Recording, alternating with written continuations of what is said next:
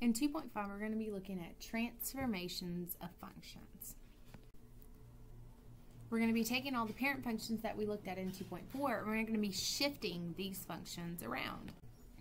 So many functions have graphs that are simple transformations of the parent functions. For example, you can obtain the graph of x squared plus 2 by shifting the graph of f of x plus x squared, remember that was one of our parents, upward 2 units. So you can see the difference between h of x and f of x is just this plus 2, and that plus 2 does an upward of 2 units. And so you can see over here to the right, here's your parent function, and it's only been moved up. It hasn't gotten fatter or skinnier, it's just a matter it's been moved up. Similarly, we can obtain the graph of x minus 2 the whole thing squared by shifting it to the right 2 units. So you can see in 2.5 we're just going to be moving things around, either up, down, left, right, or even changing the shape of it. So this is what you need to write down, this nice blue box right here. So we've already done 2 of the functions. We did one where it did right and we did up. But really what you need to know is this blue box. And the reason you need to know the blue box is because this right here is going to help you to see how has the function changed. If it's adding or subtracting something outside of the parent function, then that's going to move you up and down. And if it's adding or something inside of the function, then that is going to move you to the left and right. And notice, it's kind of the opposite of what you think. If you have a minus, it actually goes to the right. And if you have a positive, that actually goes to the left. So this is something that you do need to remember for this. Some of these graphs are going to kind of put some of those together. They're going to move up and to the right. And so we're going to be working at some of these. And again, we're going to be looking at the family, the family of functions as we go. So knowing those parent functions from section 4 is going to be beneficial to you. So we're going to use the graph f of x equals x plus 3 to sketch the graph of these a and b. So remember, this f of x equals x plus 3, that is this gray one right here. Remember what it looks like? So what we're going to do, if we want to do it minus 1, notice that's outside of the function, so that's going to move you down 1. So if I move down 1, 0, 0 is right here, we move it down to negative 1. And notice everything shifts down. So the shape maintains, but it's just been lowered. Now with this one, it has 2 different moves in it. So this is my parent function, and this is the gray one right here. And what I want to do with this is I want to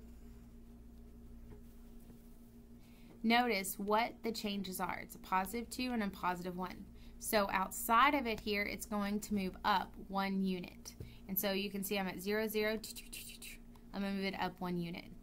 And then the inside of it here moves it to the left 2 units. So I'm going to take that origin point and move it now to the left 1, 2.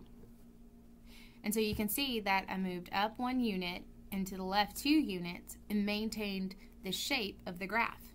So knowing these transformations, you can now look at an equation like this and see how it's changed from your parent function. That's why it made it important to know your parent functions. Not only are we going to move up and down, left to right, we're also going to reflect and kind of flip some graphs. Let's see what that looks like. So when we're reflecting a graph, the second type of transformation is reflection. So when we're reflecting something, we're going to notice a couple changes. Notice here's my x squared function, and that's this gray one right here. If we put a negative in front of the whole x squared, it just flips it downward. So see, we took this function and we just flipped it down over that x-axis. So we had a mirror image of that graph. Notice it didn't shift any because all we had was the negative in front. So another blue box, look at me, I can't even talk. Write this one down. And so this is going to be your 2 differences of reflections, okay? If it reflects having the negative on the outside of the function like we just saw, it's going to reflect on your x-axis, so flip downward. And if it has a negative inside of it, that would look something like negative x, the whole thing squared, then that would be a reflection on your y-axis, and then it's going to flip side to side. So here's a graph of x to the 4th. You can notice it's kind of an x squared graph that's kind of flattened out near the origin. So let's see what happens with this one. When sketching graphs involving square roots, we are going to remember that we just looked at x to the 4th, and that was just kind of showing you graphically what it is. Now we're going to look at some square roots. I kind of missed a slide in the middle of there. They talk about square roots because a square root function, if you remember what the graph looks like, it looks something like this. And so when it goes moving around, we have to consider domain. The domain cannot, it has certain restrictions because I can't square root a negative. It'll give me imaginary. We already seen that from section 1.5. But graphically, I can't graph imaginaries. So let's look at some non-rigid transformation. Horizontal shifts, vertical shifts, or flexions, that was in the first part of our lectures, those are known as rigid transformations. The non-rigid ones are ones that are going to distort the shape a little bit. So rigid just moves things around. Non-rigid distort the change. They kind of change the shape of them in the fact that they're either narrower or wider. For instance, a non-rigid transformation in the graph f of x, they could say could be represented by g of x equal to, look, notice c times f of x. So the transformations is a vertical stretch.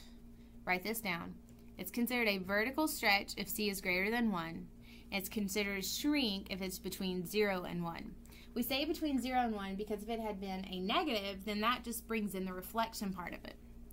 If we're looking at where you have c on the inside of that x, it's a horizontal shrink if c is greater than 1, and it's a stretch if it's between 0 and 1.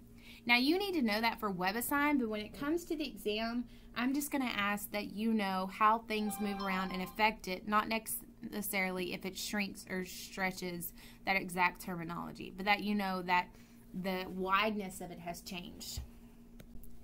So what we're going to do is we're going to compare two graphs. The first graph is going to be 3 times the absolute value of x and 1/3 times the absolute value of x, in order to show you how this number in front, the c value being 3 or the c value being between 0 and 1, can affect it.